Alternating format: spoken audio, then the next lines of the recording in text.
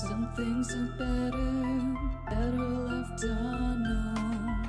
And I'll never find you here, 'cause no one's ever home.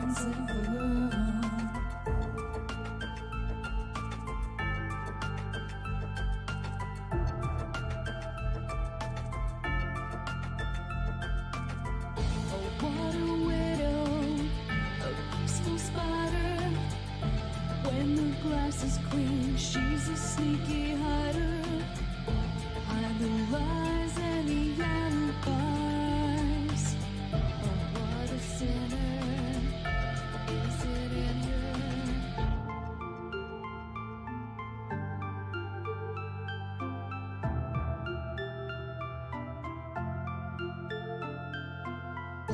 What's the truth in this riddle? Is love really just this simple? I can't seem to find my way in this world that never stays.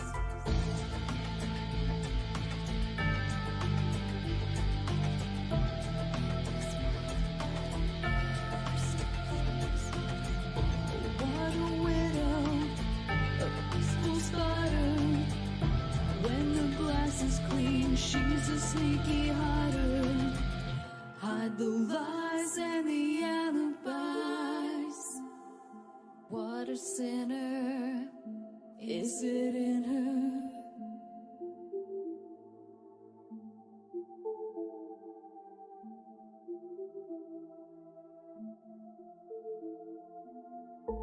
Is this real? Just illusion? I'm lost in the wonderland of confusion.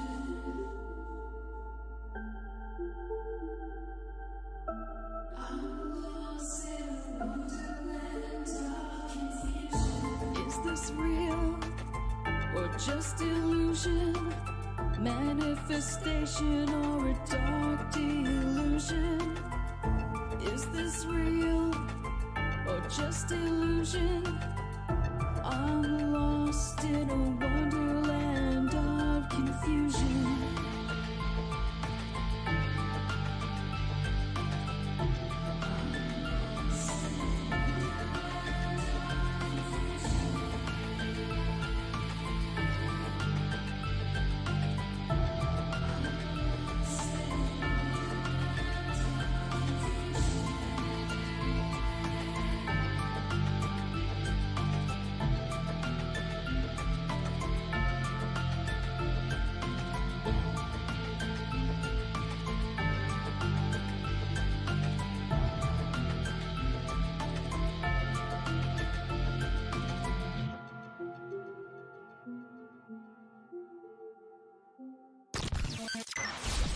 Ripon Rabbit Hole is a community-driven radio. At times the community comments may reveal prejudices and other beliefs that we or our sponsors do not condone. Views or opinions expressed by the community, callers, or guests, are those of the individual speaking and do not represent the views or opinions of this site. Ripon Common Sense content is intended for mature audiences only. Enjoy. Multiverse broadcasting system initiated.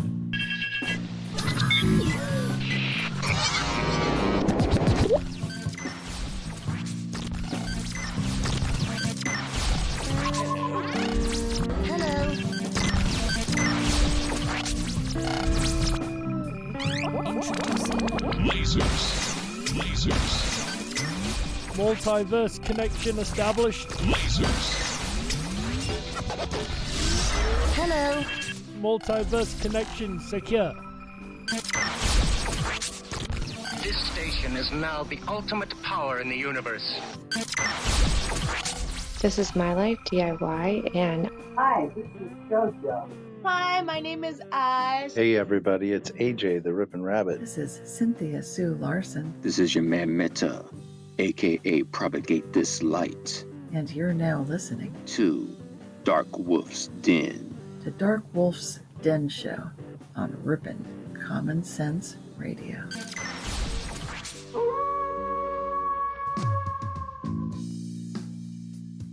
Are ghosts real?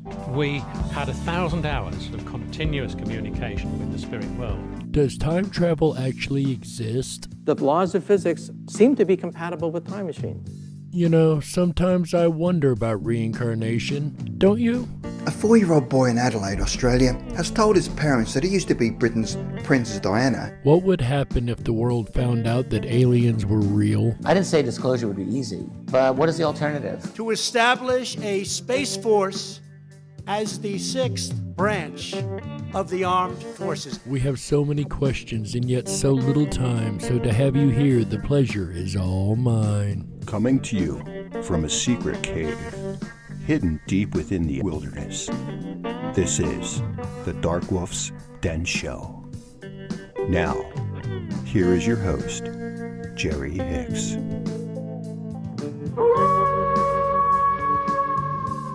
That's right, I am Jerry Hicks, also known as the Dark Wolf, and we are broadcasting live across the multiverse from a secret cave hidden deep within the wilderness of Tennessee. That's right. We're ripping through the electromagnetic soup, tearing through the atmosphere, and tunneling away into your radio like a quantum particle. This is the Dark Wolf's Den Show for Thursday, September the 23rd, 2021. So whether you're on the edge of reality, the edge of the galaxy, or the edge of your seat, we're glad you chose us to be right there with you. Tonight, folks, we are going to dig into the subject of the music of the plants. That's right. If you remember last Sunday, if you didn't check out the episode, make sure you go back and look at it. But we talked about the Mandela effect with Miss Cynthia Sue Larson, and we touched on the music of the plants, and everybody seemed to be quite intrigued and enthused by the topic, so I went ahead and did a little more research and came up with quite a bit, and I'm going to present all that tonight for you guys. That's coming up tonight, Thursday, September 23rd, 2021, on the Dark Wolf's Den Show. But first, let's see who all we have over here in the chat room with us tonight. It looks like we've got a very small selection of people tonight over here, or at least that's what the internet is showing me. It seems like we're having some issues tonight here. We're having it sign off randomly for some reason. It's not doing it on my end, so I don't know what that issue is. Definitely refresh if it logs off or it looks like it's ended. I assure you the show has not ended yet. Let me go ahead and check over here. Yeah, it seems to be running from my end, so everything seems to be smooth. I do apologize. YouTube's been goofy lately, of course. But hello, everybody over here. JoJo's waving in the Dark Wolf's Den Show chat, saying hello. Hello, JoJo. Modern 4 is over there. Michael Fontaine. I'm the only one here. No, once again, YouTube's being really, really goofy. Internet wonky as heck today, says JoJo's. Absolutely. XGen said that Ripon signed off. Once again, I do hope that you refresh. I put that over there. And I'll go ahead and put that in the chat here too, just in case anybody is having any issues. My Life DIY says, my internet just came back after almost 5 hours down. Glad you were able to make it back with us, My Life. And XGen over in the Dark Wolf's Den Show chat, or I'm sorry, the Ripon Rabbit Hole chat says, evening, fellow travelers. Evening, XGen. Terry Taggart first in the room over there tonight, at least on my screen, says, very interesting topic tonight. Interesting indeed. XGen says it did that refresh thing to him last week at work too. Well, I'm glad to have you back. My DWD channel never pops up recently. I have to go find it. You know, YouTube has been messing with me for so long. It's not even a surprise at this point. Speaking of surprises, I do have a couple surprise announcements. Our buddy Pete over at the Creepy Little Book Live YouTube channel, his birthday was Monday. He did a really awesome show over there, opening all kinds of gifts. That was cool. And then JoJo's, our friend JoJo's here in the chat, our mod in the DWD show. Her birthday was Tuesday, so happy birthday to both of you guys. I hope you have had an absolute blast during the week. And now we're well into our weekend. So, Mandani Mall, hey Mandani Mall, good to see you, bud. It says budding musicians tonight. See what you did there. And of course, as you guys know, before we can get into the music of the plants, we have two more fun little segments to do. The first of which we call Today in History. On this day in 1780, British Major John Andre reveals Benedict Arnold's plot to betray West Point. And I would say today we need a couple more people like John Andre to reveal the plots that are going on right now to destroy the American way of life. But that is, of course, just my opinion, and that is today's segment of Today in History. As many of you may or may not know, yesterday, September 22nd, was the equinox, which means we are headed into autumn, of course. And with that said, it's time for campfires and pumpkin spice until you're absolutely sick of it, as well as pumpkin bread and pumpkin cake and pumpkin cookies and pumpkin candy and all the fun pumpkin stuff, right? But seriously. And that brings us, of course, to our next segment, which is called Say What? God, I love that soundbite. The quote of the day today, it comes from actor Michael Caine. He says, and I quote, "I love the start of autumn, when the trees in my garden change the color of their leaves in one dazzling display," end quote. And of course, that's all of our favorite parts of autumn, right? At least one of my favorite parts is, especially down in the south here, as watching the colors of the leaves change to such a variety of beautiful different colors. Absolutely amazing. But that is today's segment of Say What? And of course, the plants and leaves turning every winter is something we're quite used to, something we almost take for granted, right? But it's actually pretty incredible in my opinion. But plants and trees can do so very much more. It's almost like they're conscious, right?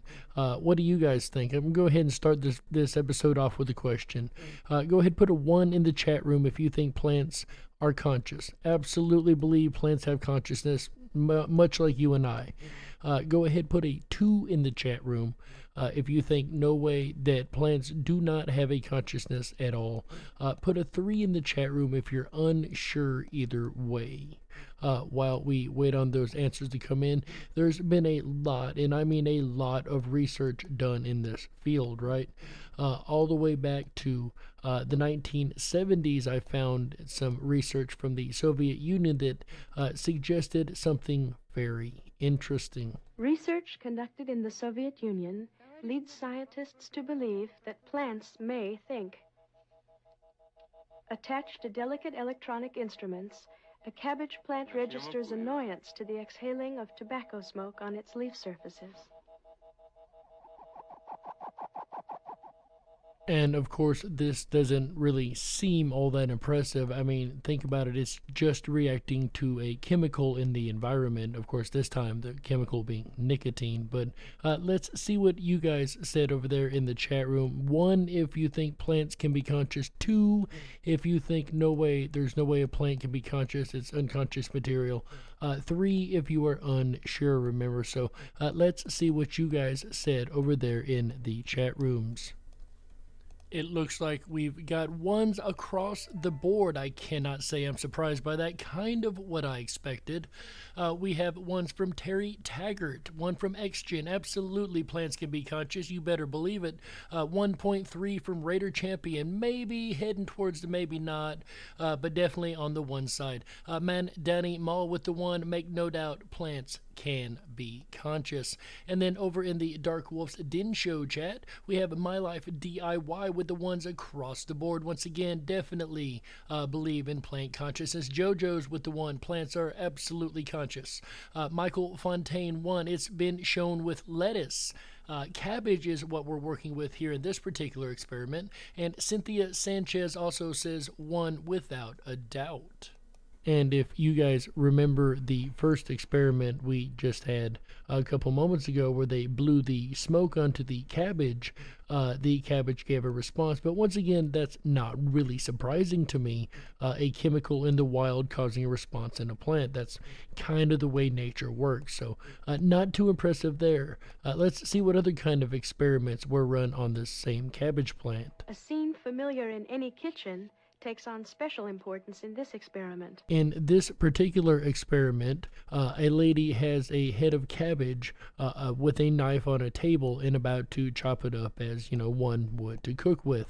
And in the same room, just a few feet away, is another cabbage plant with electrodes hooked to it to see what kind of reaction is garnered, if any, from this plant while she is chopping the other cabbage plant.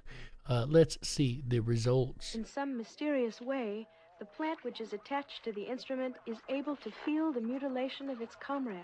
So the equipment was able to pick up very distinct reactions from the other cabbage plant that was not being cut into, but they went ahead and took this experiment just one step farther. In a more advanced experiment, technicians were asked to pass through a laboratory containing 2 living cabbage plants.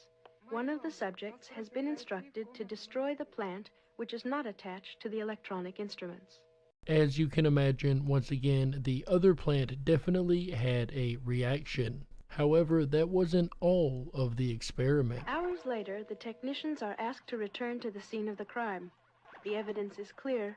The remaining plant has correctly identified the assailant. And remember, this data was from 1979. We've come a long way since then. This is 2021, of course, and we've got a whole lot better equipment than they did back then. We can actually listen to what plants have to say and learn just how smart they really are. And I promise this is leading into the music coming from the plants. Just bear with me as we lay out this whole case for those who may be new to this topic. I'm a neuroscientist, and I'm the co-founder of Backyard Brains. And our mission is to train the next generation of neuroscientists by taking graduate-level neuroscience research equipment and making it available for kids in middle schools and high schools. And so when we go into the classroom, one way to get them thinking about the brain, which is very complex, is to ask them a very simple question about neuroscience, and that is, what has a brain? Well, I can definitely tell you that sorry excuse for a human sitting in the White House sure doesn't. Oh, I'm sorry, did I say that live? Sorry about that. Anyway, what does have a brain? Do animals have a brain? Well, of course. Do humans have a brain? Of course. But how would you define this question? When we ask that, students will instantly tell you that their cat or dog has a brain, and most will say that a mouse or even a small insect has a brain, but almost nobody says that a plant or a tree or a shrub has a brain. I think we can all agree that, generally speaking, a plant or a shrub of some type doesn't have a brain, and yet they're still smarter than Joe Biden. And so when you push, because this could actually help describe a little bit how the brain actually functions, so you push and say, well, what is it that makes living things have brains versus not? And often they'll come back with the classification that things that move tend to have brains. And that's absolutely correct. I mean, our nervous system evolved because it is electrical. It's fast, so we can quickly respond to stimuli in the world and move if we need to. But you can go back and push back on the students. You say, well, you say that plants don't have brains, but plants do move. Anyone who's grown a plant has noticed that the plant will move and face the sun. And that's true. Anybody who has grown a plant knows that they literally reach for the light, right? But they'll say, but that's a slow movement, that doesn't count. That could be a chemical process. But what about fast-moving plants? Now, in 1760, Arthur Dobbs, the royal governor of North Carolina, made a pretty fascinating discovery. In the swamps behind his house, he found a plant that would spring shut every time a bug would fall in between it. And he called this plant the flytrap. I'm sure most of us are pretty familiar with the Venus flytrap at this point. The only plant that I was aware of as a child that was actually a carnivore and would eat meat like flies, right? And within a decade, it made its way over to Europe, where eventually the great Charles Darwin got to study this plant, and this plant absolutely blew him away. He called it the most wonderful plant in the world. This is a plant that was an evolutionary wonder. This is a plant that moves quickly, which is rare. And it's a plant that's carnivorous, which is also rare. And it's in the same plant. But I'm here today to tell you that's not even the coolest thing about this plant. Okay, Greg Case, blow my mind. The coolest thing is that the plant can count. That's right, ladies and gentlemen. You heard that right. The plant can count.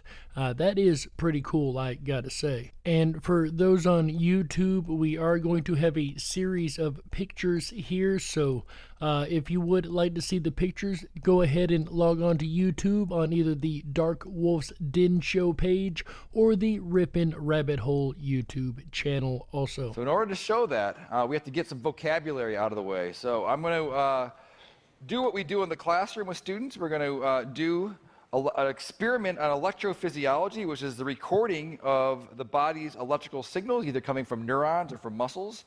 And I'm put some electrodes here on my wrists, and as I hook them up, we're going to be able to see a signal on the screen here.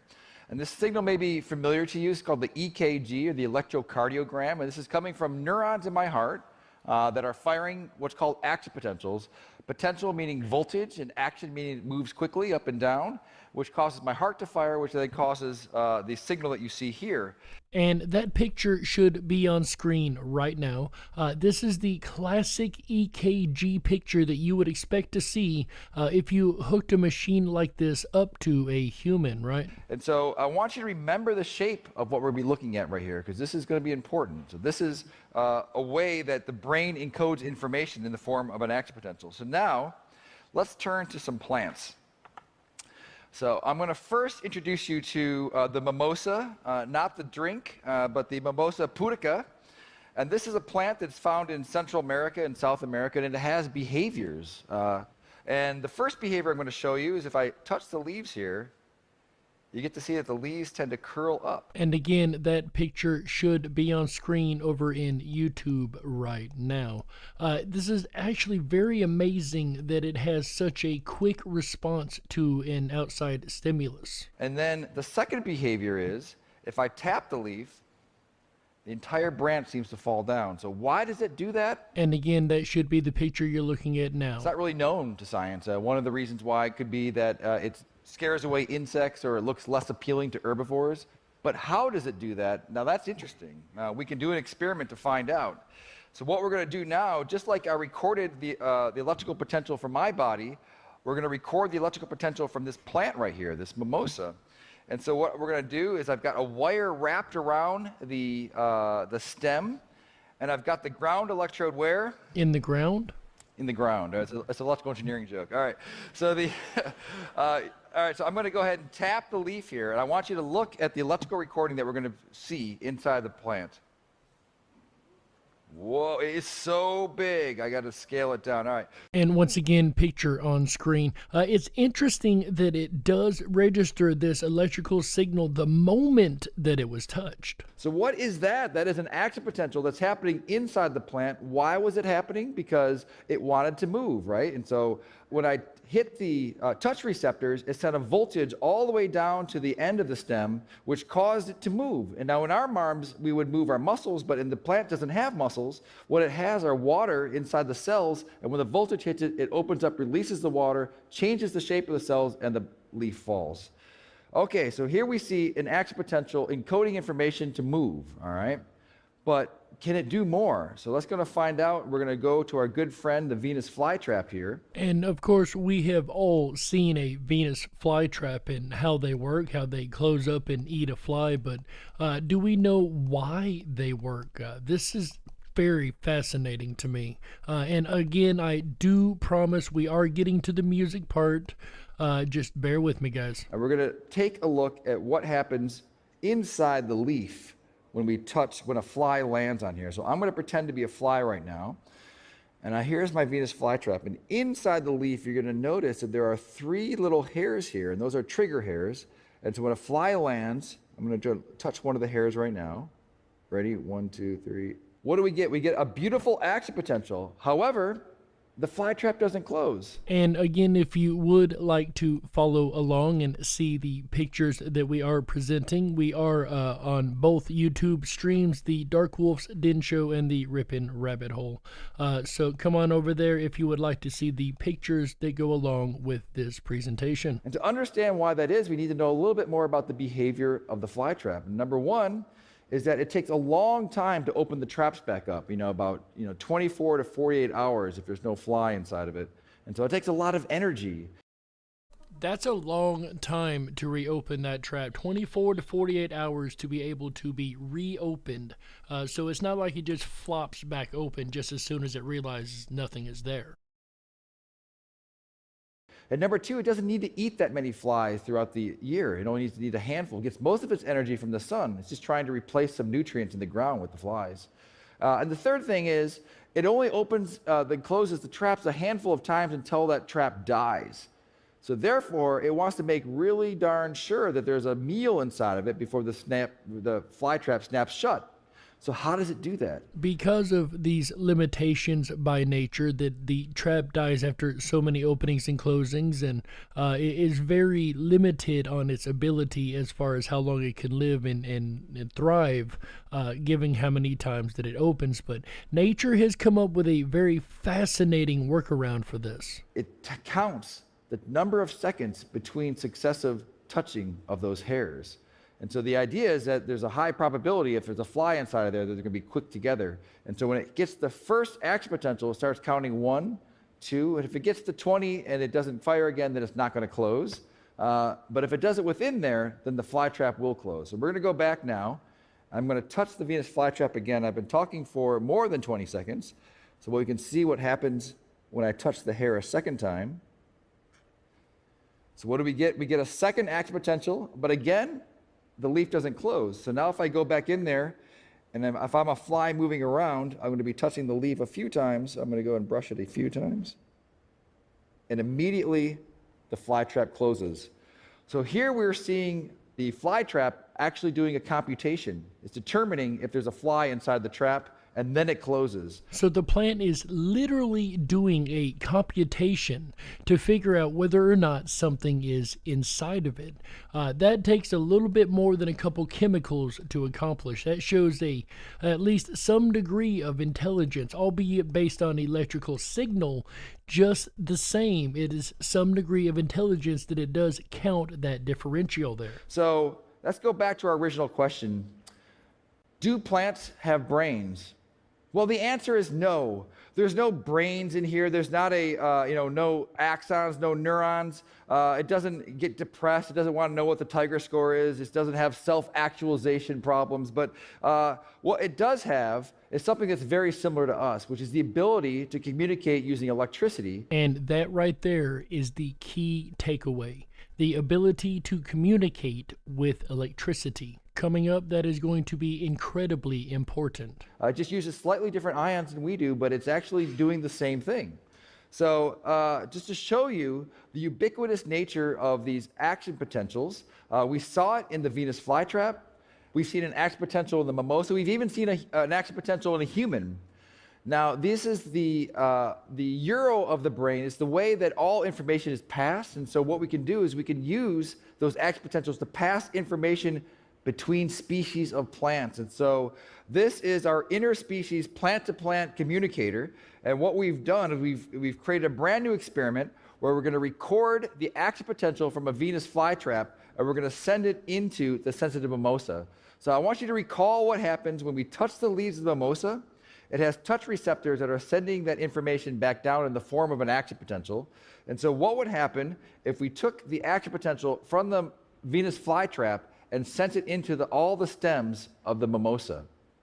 We should be able to create the behavior of the mimosas without actually touching it ourselves. And so if you allow me, I'm going to go ahead and trigger this mimosa right now by touching on the hairs of the Venus flytrap. So we're going to send information about touch from one plant to another. So there you see it. So and as you can see by the picture on the screen, it definitely reacted by all the leaves falling down when he touched the Venus flytrap. So now that we know that plants communicate in electrical signals, is there anything that we can do with that? Well, of course there is.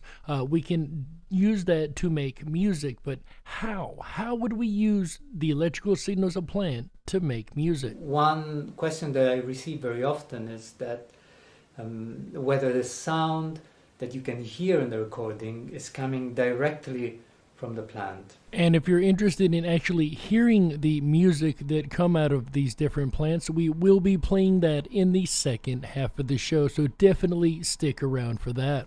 So some people find it difficult to understand what they are actually listening to, whether and they some people also think that the sound that they're listening to is coming directly from the plant.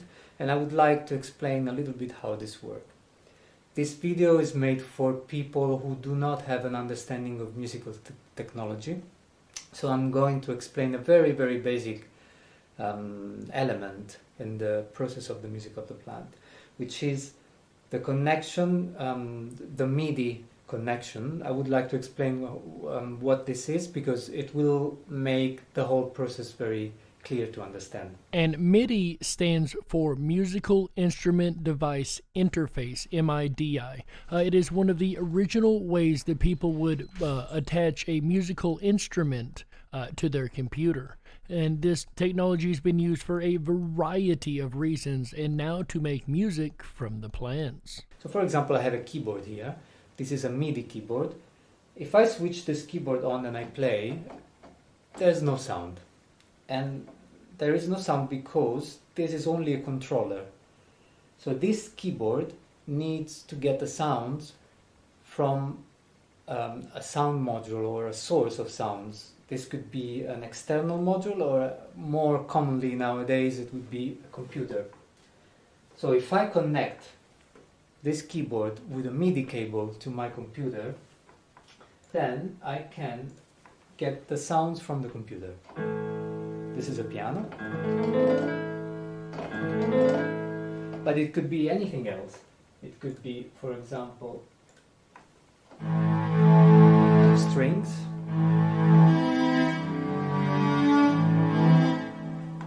So all the sounds I would like to use are in the computer, and I can just assign the sounds to the keyboard. And for example, I can also create more synthesizer sounds.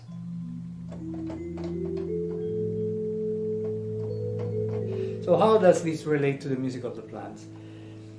If I replace this keyboard with this device here, the U1 device for the music of the plants, this device has the same kind of connection that this keyboard has. So if I take the cable that I am using for this keyboard here, the MIDI cable, and I plug it into this device, now this device is able to take the sounds from the computer the same way the keyboard is. So this all sounds pretty simple so far, but here is where the cool part comes in. Now what happens is that I can connect this device to a plant. And the device will detect changes in the electric potential between the roots and the leaves of the plant, and will translate these signals into a MIDI kind of signals that can be read by the computer. The computer can put a sound to these electrical variations happening in the plant. So we just learned a little bit ago that plants work on electrical axioms or electrical potential. Now we've got a way to read that electrical potential and allow the plants to literally speak to us in a musical form using the difference in electricity within it. Absolutely fascinating, in my opinion. So these are the two electrodes that are used to connect the U1 device to the plant. This one goes to the roots and this one goes to the leaf. So if I plug this electrode here in the soil very delicately, and I put it close to the roots of the plant, and I place this other one here on the leaf, and then I switch the device on, and now the device is adjusting and reading the electricity coming from the plant, and it's already transmitting the signal to the MIDI cable and to the computer to get the sound. So what I was doing before with the keyboard, now the plant is doing basically the same, and it's using this device as if it was a keyboard. So pretty simple setup using the electrical potential of the plants that we learned about earlier to send through a device into a synthesizer in the computer that can read this information and create an output of a beautiful sound. And we're going to hear what the different plants sound like, because that's one thing I'm fascinated by. Do all the plants sound the same, or do they all sound differently? We're going to find out all about that and more coming up in the second half. And we do have to go ahead and take a network break right here, ladies and gentlemen. So my name's Jerry Hicks, also known as the Dark Wolf, and you're listening to the Dark Wolf's Den radio show, exclusively on Ripon Common Sense Radio Network, the Ripon Rabbit Hole. We'll be right back with the second half after these messages. Don't you touch that dial. That's right. We gotta stoke the fires and run off the men in black. Don't touch that dial. We'll be right back.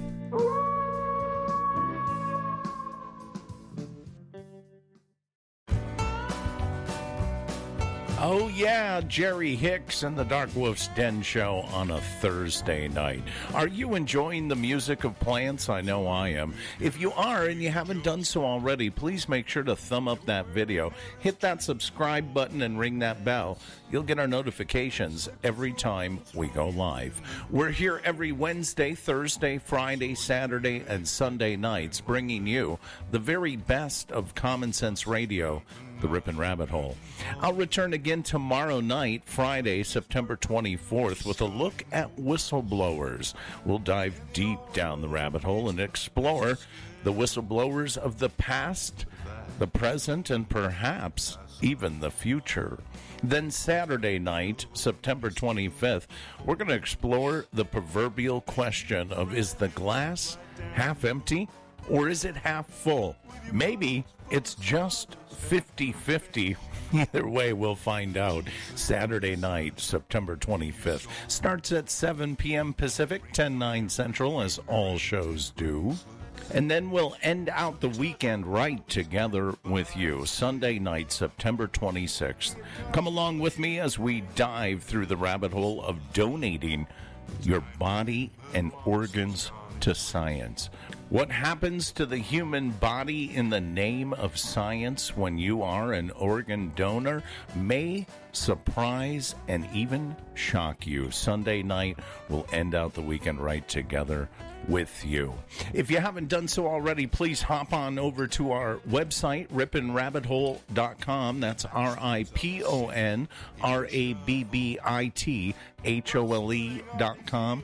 There you can sign up for your exclusive Backstage Pass. It's going to give you unfiltered access down the rabbit hole where the conversation continues after the show.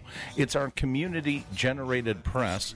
You have the ability to set up a profile, and then you can use the wall. It's absolutely free to sign up, and it always will be. So come on over and join our community-generated press.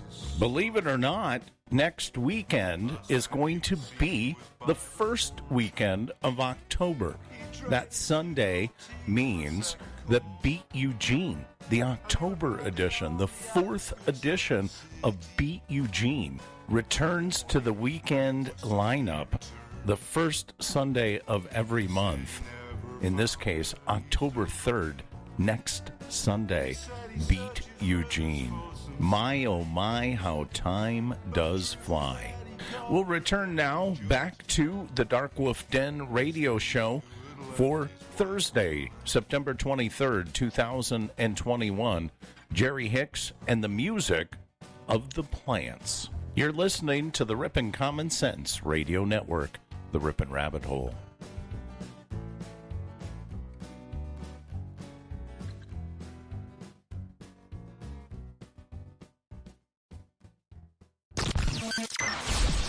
Re-establishing multiverse connection.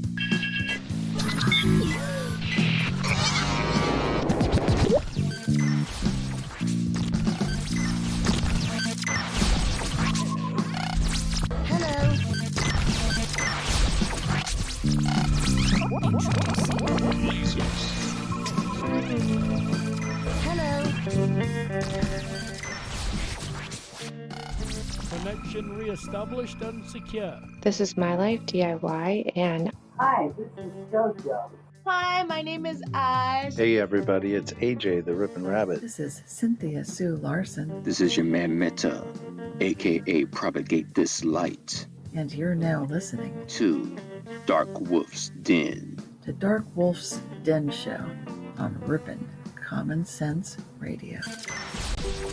If you were meant to be controlled, you would have come with a remote, but you didn't. And that's why you listen to the Dark Wolf's Den Show. Now, here is your host, Jerry Hicks. That's right, I am Jerry Hicks, also known as the Dark Wolf, and welcome back to the second half of the Dark Wolf's Den Show for Thursday, September the 23rd, 2021. So whether you're on the edge of reality, the edge of the galaxy, or the edge of your seat, we're glad you chose us to be right there with you.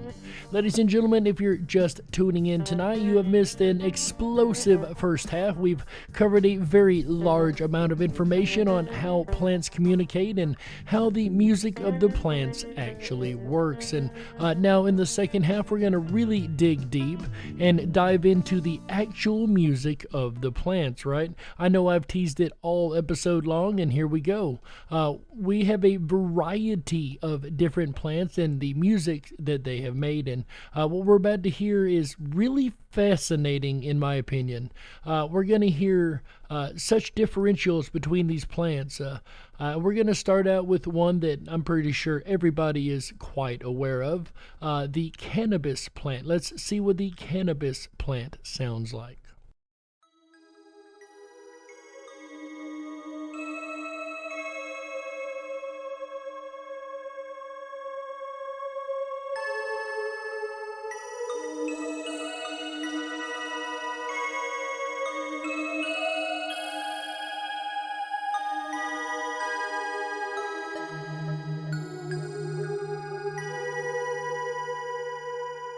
You know, for a plant that has such relaxing qualities, the music definitely does match.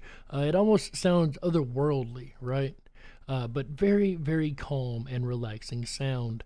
The next one up on our list is called the Echinacea plant.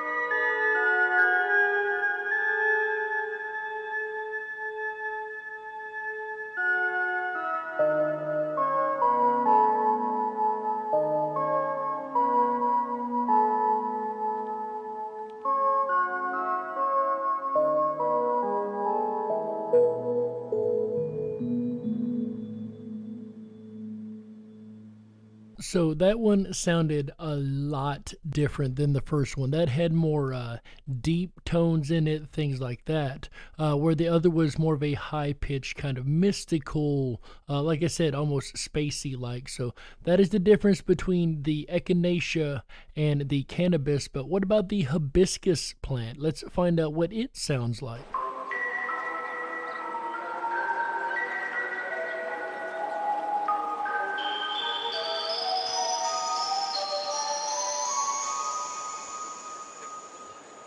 And this one is even different, much more hyperactive, right? But there is a difference, and that is this is being recorded in nature opposed to inside of a house. A lot more stimuli out in the open, of course, which may be the reason we're having much more tonal advantage when it comes to this particular plant. Let's listen to the hibiscus just a little bit more.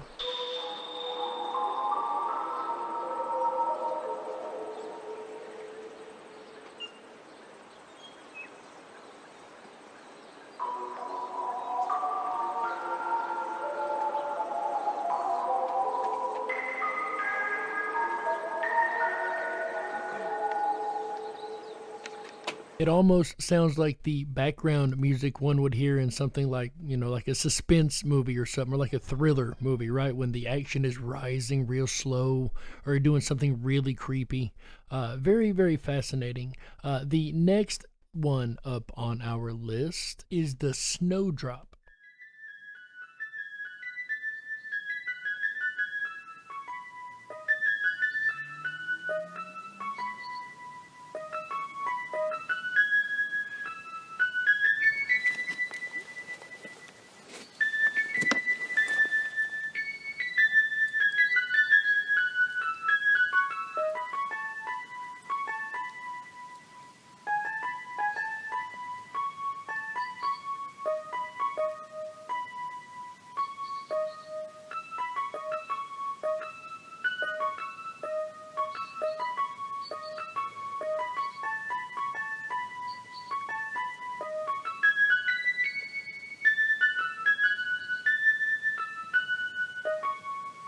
It sounds like this person decided to use the piano instead of the synthesizer, but we can still tell a definite difference in the tempo and the beat, and though it is a different instrument, it also sounds completely different than the other plants we've heard so far. Next up on our list is called the Nettle plant.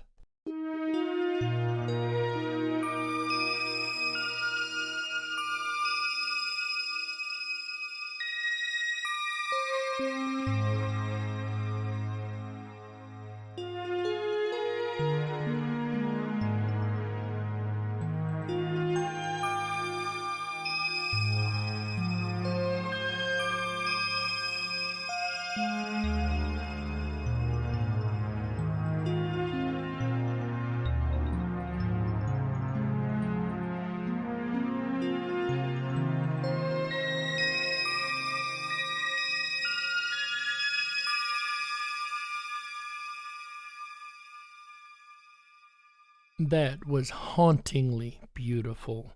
Again, a different tempo, a different beat altogether, a different axiom potential, I think the guy called it. But these are so fascinating that they give off a different sound with each plant, right?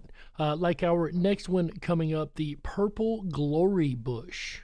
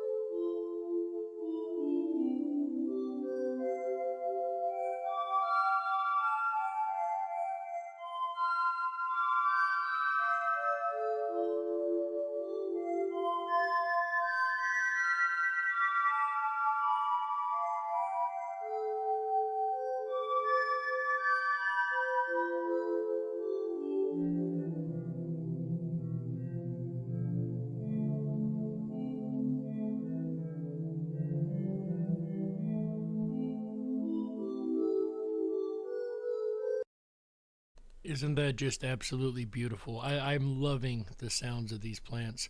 I'm going to go ahead and read off a little bit of the chat real quick. My Life DIY says it sounds so proper where the marijuana sounds heavenly. I fully agree. The cannabis plant sounded very light and heavenly. Quite a few of them are very, very relaxing. Terry Taggart said one of them sounds healing very much. A lot of them have that healing sounding quality. Errol Taylor, plants like music. And before Terry Taggart typed it in, I was thinking I would love to play the music of one plant, or maybe the same type of plant, or the plant itself, back at it and see if that had a effect of some type. Hello, Alva Yoder, glad to have you here. Hey, Sandy B, dropping in, glad to have you here also. I wonder if weeds have a different sound. I would imagine all plants, weeds or not, would have different sounds, right? Speaking of different sounds, let's get back to this beautiful sound here.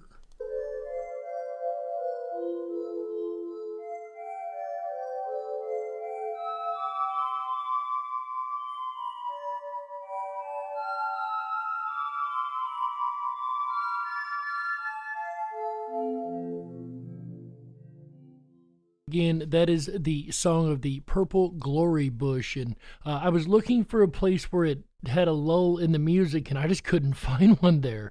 Very talkative, very active plant, right? A lot of sound coming out of that one. And last but not least on our list tonight, ladies and gentlemen, we have the music of the the mulberry, the song of the mulberry.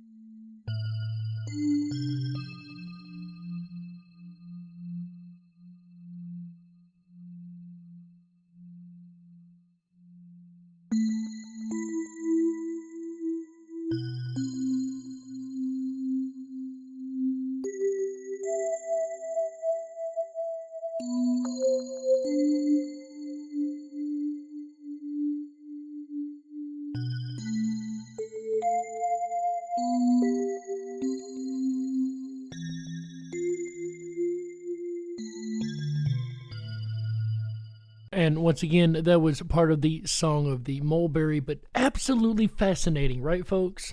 I mean, I can't get over how thrilling this is that we've made it this far, that we're able to literally listen to plants and the music or electrical potential made into music that is coming off of them.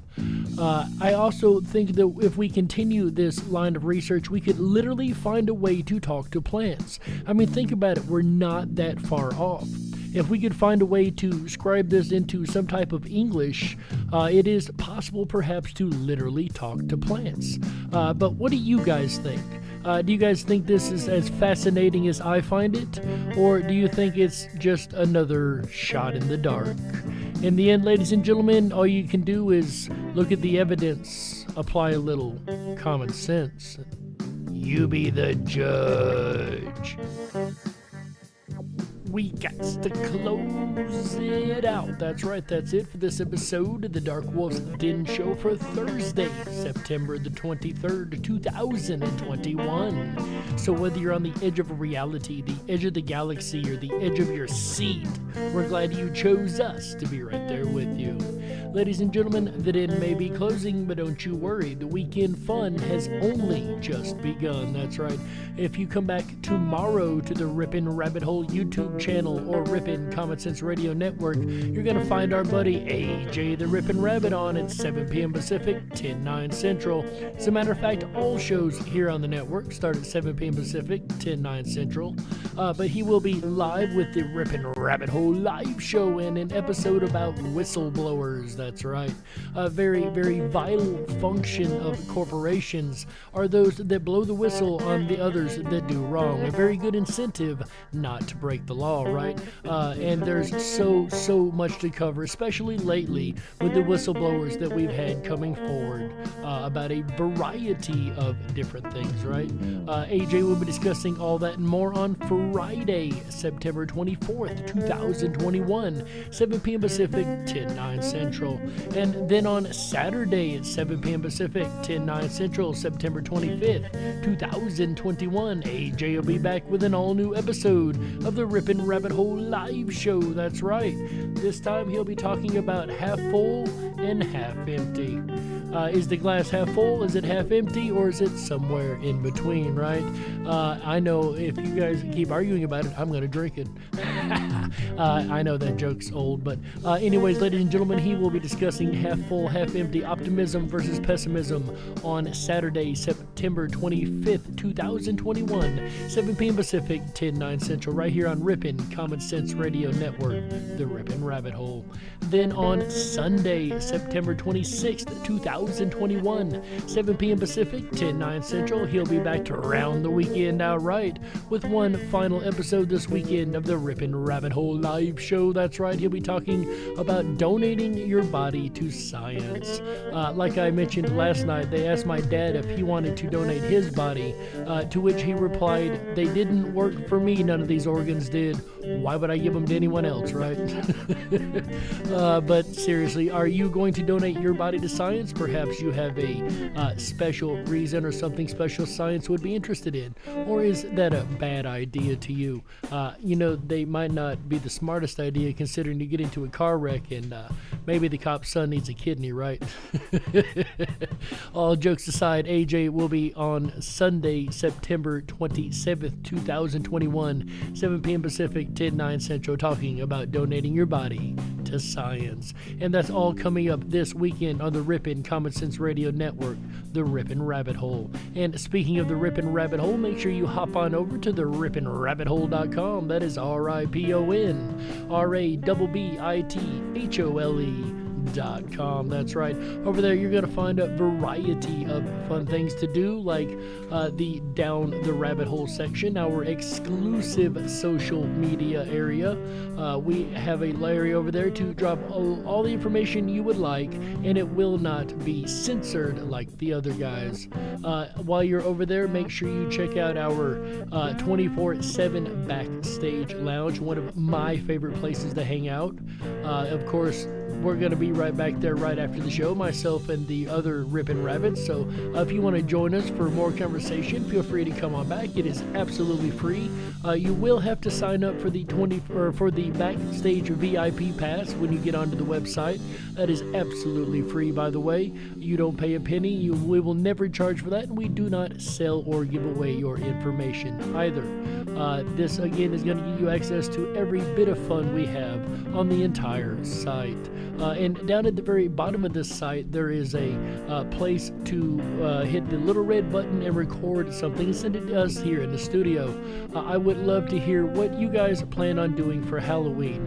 Are you dressing up? Are your kids dressing up? What are the main costumes this year? I want to hear what you're going to be dressing up as for Halloween. So make sure you hit that red button and send it to us in the studio. We'll have a special episode coming up in October. On that note, ladies and gentlemen, on behalf of AJ the Ripon Rabbit, Chick Mandela Effect, Michael Musco, Walt House, everyone involved at Ripon Common Sense Radio Network, as well as Tom Bayless for this amazing music. Get down with it, Tom.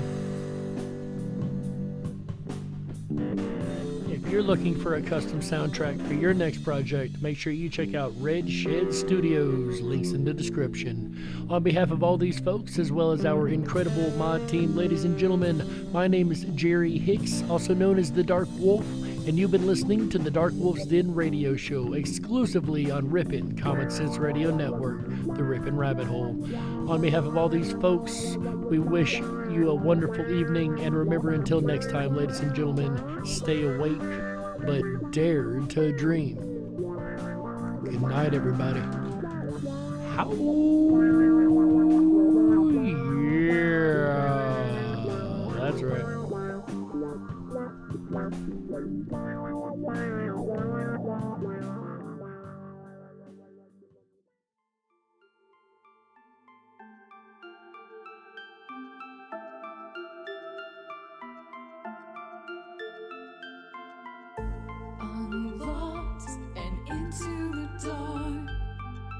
Some things are better left unknown. And I'll never find you here, 'cause no one's ever home.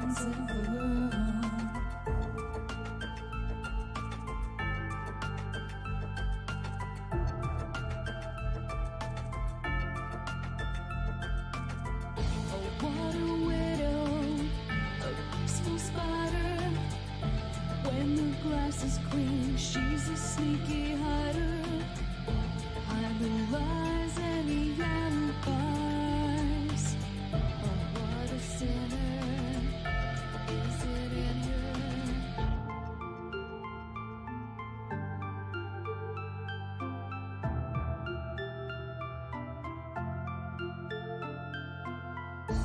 What's the truth in this riddle? Is love really just this simple?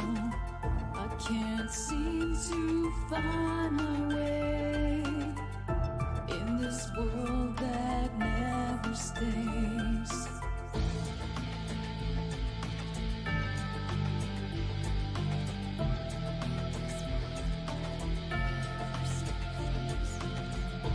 What a widow, a peaceful spider.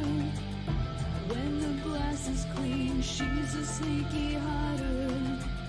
Hide the lies and the alibis. What a sinner, is it in her?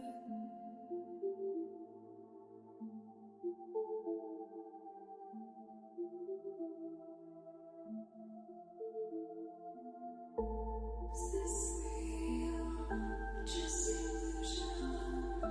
I'm lost in the wonderland of confusion.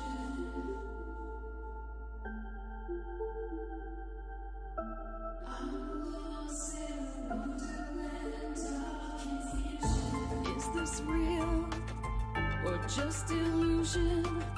Manifestation or a dark delusion? Is this real or just illusion? I'm lost in a